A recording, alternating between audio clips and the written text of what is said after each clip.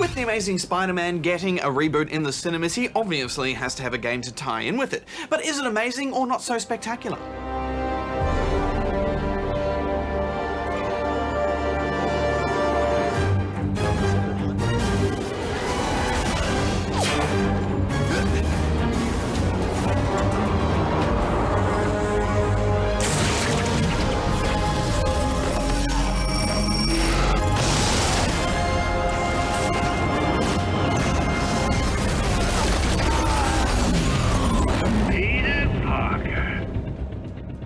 This isn't a retelling of the film's story, but follows on directly from the events of the film, so I guess there are some movie spoilers here. Although, I don't know how much of a spoiler it is to say that Spider-Man saves the day and gets the bad guy. I mean, that happens, sorry. Yeah, but the basic gist of it is scientist Curt Connors, aka the Lizard, has been defeated. His cross-species experiments at the Oscorp company are being scrapped by its new boss, Alistair Smythe, who is voiced by obscure voice actor Nolan North. No game is complete without Nolan. Follow me. I trust you'll keep everything you see in the strictest confidence. But then Spider-Man manages to accidentally cause what's left of Connor's cross-species experiments to break out of Oscorp, and Smythe then releases his army of robots to save the day. But of course, armies of robots have a habit of going wrong. Movie tie-in games often suffer from short development cycles and also script inconsistencies between the movie and the game.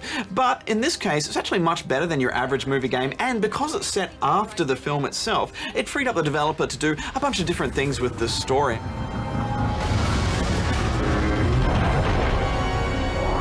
It's been 8 years since the excellent Spider-Man 2, and since then we've mostly been confined to swinging about in tiny corridors with Spider-Man games. But finally, we get to return to an open-world Manhattan. And Hex, I think this is the best swinging Spider-Man has ever had. Once I got out of that first mission and I was into the open world, I just swung about for an hour without even doing anything else. Yeah, it's almost worth playing just for that experience, isn't it? It's such a wonderful sense of freedom. The way his body flings and spins in the sunlight and he launches over and around buildings, it's not quite as complex as other open-world superhero games like Prototype or Infamous, but I don't know, it's just that simple joy. Fans of the old game might be a little bit sad at the simplified web slinging here. You can just hold right trigger and swing around with your web connected to invisible ceilings in the sky. I know it works to create that fluidity, but I think it's really going to bug some people, Bajo. Yeah, I think so too, but it's a trade-off, isn't it? I don't think Spidey has ever looked this cinematic. Plus, one of the biggest achievements of this game is you can be swinging through this open world in between lots of different buildings with really short, narrow passageways, and you never hit the walls. The game just knows where you want to go. Amazing. Plus, I liked how every now and then if you swing past a civilian, they yell out something. Or take a photo. I'm just your friendly neighborhood Spider-Man. Vacation. There's also lots of comic books to collect, and this reminded me a lot of Crackdown's Orbs because you can just get lost for hours. Ooh, there's a comic book. Wow, look at this. There's another one. Interesting. Hey, get back here, flying comic book. All right. And best of all, they unlock actual comic books.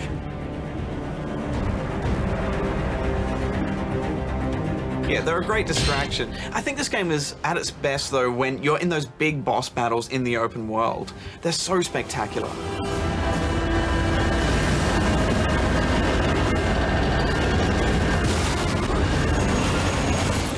Just like David and Goliath. Hey, come back! I'm pretty sure he's talking to you. I also really liked the new Web Rush feature, which lets you stop time for a few seconds, look around, and then sling off in another direction. Or you can even just tap the bumper to fly off without stopping time. It's a great way to move around and find parts of the environment that you can use to your advantage. You can also just tap the other bumper to retreat instantly from a fight and give yourself some breathing room. They've thought really hard about how to make it easy to move as Spidey, and it just works. Let's talk about the combat. I think it's fair to say they've taken a fairly hefty chunk of inspiration from the Batman games, right down to the little glowy lights above Spidey's head, letting him know that he needs to perform a counter. And of course, Spidey doesn't have any gadgets, so it's all web-based attacks, which you can upgrade. Do you think it worked, Hex? Well, I enjoyed it. I mean, it's a different move for the series, but once you start upgrading your abilities, things start looking pretty spectacular. Want to taste your own medicine? Come on! I wasn't a huge fan of it. I just think it works really well for Batman because he's all about waiting for that attack and then countering it, and that kind of cool, calm, collected gameplay really suits that counter-focused attack style. But when I think of Spider-Man, I think he gets in there, uses crazy abilities, he's flinging people around, and then he gets out. Yeah, but I don't know, that Batman formula is a formula that works really well for games. And Spider-Man does have some similarities to Batman. You know, he crawls up the sides of walls and does stealthy kinds of things. It's quite satisfying creeping around and stringing up all the guards one by one. Sneak through the shadows, Spidey. Get out of here alive. Enjoy some time alone. But that stealth camera, Barjo, I just never quite got used to it. And since it goes into first person and down becomes up and up becomes down, it just, it's so disorienting. Yeah, I also didn't enjoy those indoor missions at all. That open world is just so good. It's so much fun to fight in and be in. All the indoor stuff felt like I was just being put in a box. They reused levels too. The worst was when you had to get a sample off Vermin, and after chasing him through the sewer for 20 minutes and beating him, he runs away and then runs right back into another sewer, and you basically do it all again. Yeah, look, overall I think for a movie game it does quite well for itself. It has some issues, but you know, I had a really good time, so I'm giving it 7 out of 10 rubber chickens. Yeah, for all the things I didn't like, I was just so happy to have an open world Spider-Man game again, and just, it's just so fun swinging around, so I'm gonna give it 8. Next up, Tiny Power. Good game.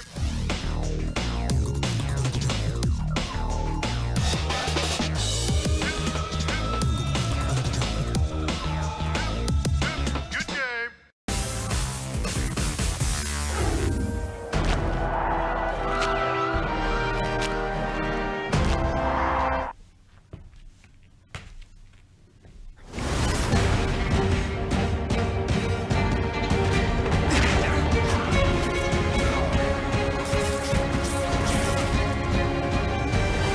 Stop!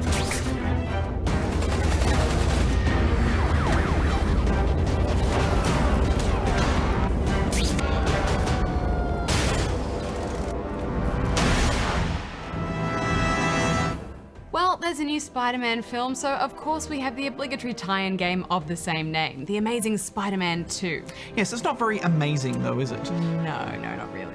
We quite liked the last Spider-Man game. Sure, it had rough edges, but the charm of swinging around an open-world Manhattan and fighting epic bosses was undeniable. Hey, come back!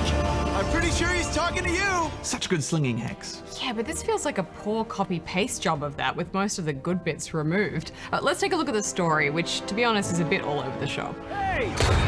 Check that out. It begins with Uncle Ben getting shot in the first film, and then fast forwards to somewhere in an alternate version of the new film. Spidey is trying to hunt down Uncle Ben's killers, but of course soon comes up against a range of villains trying to get in his way. Yeah, it's a bit of a mess, isn't it? And none of the actors are from the film. Spidey doesn't even look like Andrew Garfield. No, I mean, I can imagine. Cutscenes are also poorly written, and their acting and lip syncing is pretty woeful. There's so much to learn. It does feel quite dated though, doesn't it? Especially on next gen and PC. Yeah, I think the city itself looks okay, but the loading hex is just everywhere.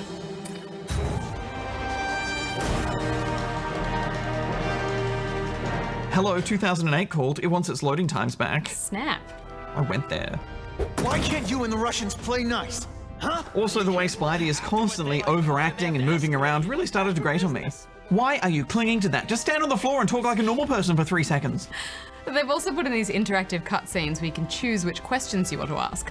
They are absolutely pointless though. They don't reveal anything extra or interesting, so there's no benefit to asking any of them. They're just an excuse for stilted dialogue. You feel better? My husband's still gone. I think that'll hurt forever. At least it gives you the option to skip them. Swinging through the city is still easily the best part of this game. Before you could just attach webs to the sky, but now you actually have to sling off buildings. Yeah, and that's how it worked in Spider-Man 2, which I think we can all agree was the best Spider-Man game ever. This time, the extra complexity they've worked into it often made it feel a bit clunky. I mean, it may not have been so realistic in the last game, but at least it felt smooth and cinematic there. And now it's unrealistic in a different way. The laws of physics and momentum obviously don't apply to this Spidey.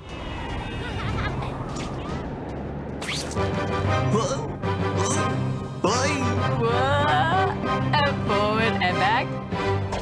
Yeah. It's like he's controlling gravity with his mind, Hex. Amazing! Out in the open world now, there's also a kind of morality meter.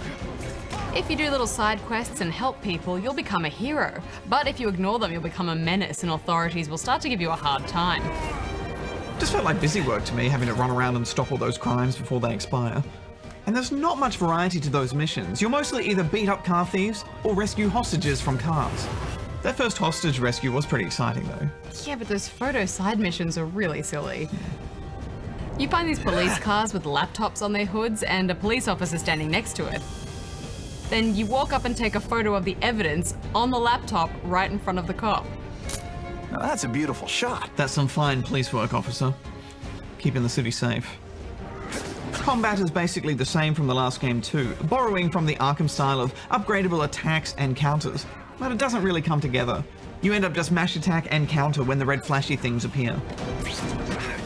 One of the biggest letdowns is that the boss fights are so terrible. All the bosses are just human-sized opponents with really repetitive combat sequences. I mean, remember those huge epic bosses from the last game? They were great, but there's just nothing like that here. Yeah, this is a pretty classic case of movie tie-in-itis, I think. Yeah, I want to say something nice about it because I feel like we've whinged a lot. Well, I did like the variety of costumes. They all come with their own stat boosts, and that was a nice touch. I guess. But what are you giving it, Barjo? Well, there's not much reason to play this if you played the last one, so I'm giving it 4 out of 10 rubber chickens. Yes, it's the amazingly average Spider-Man, so I'm giving it the amazingly average score of 4 as well. Hex! Crime!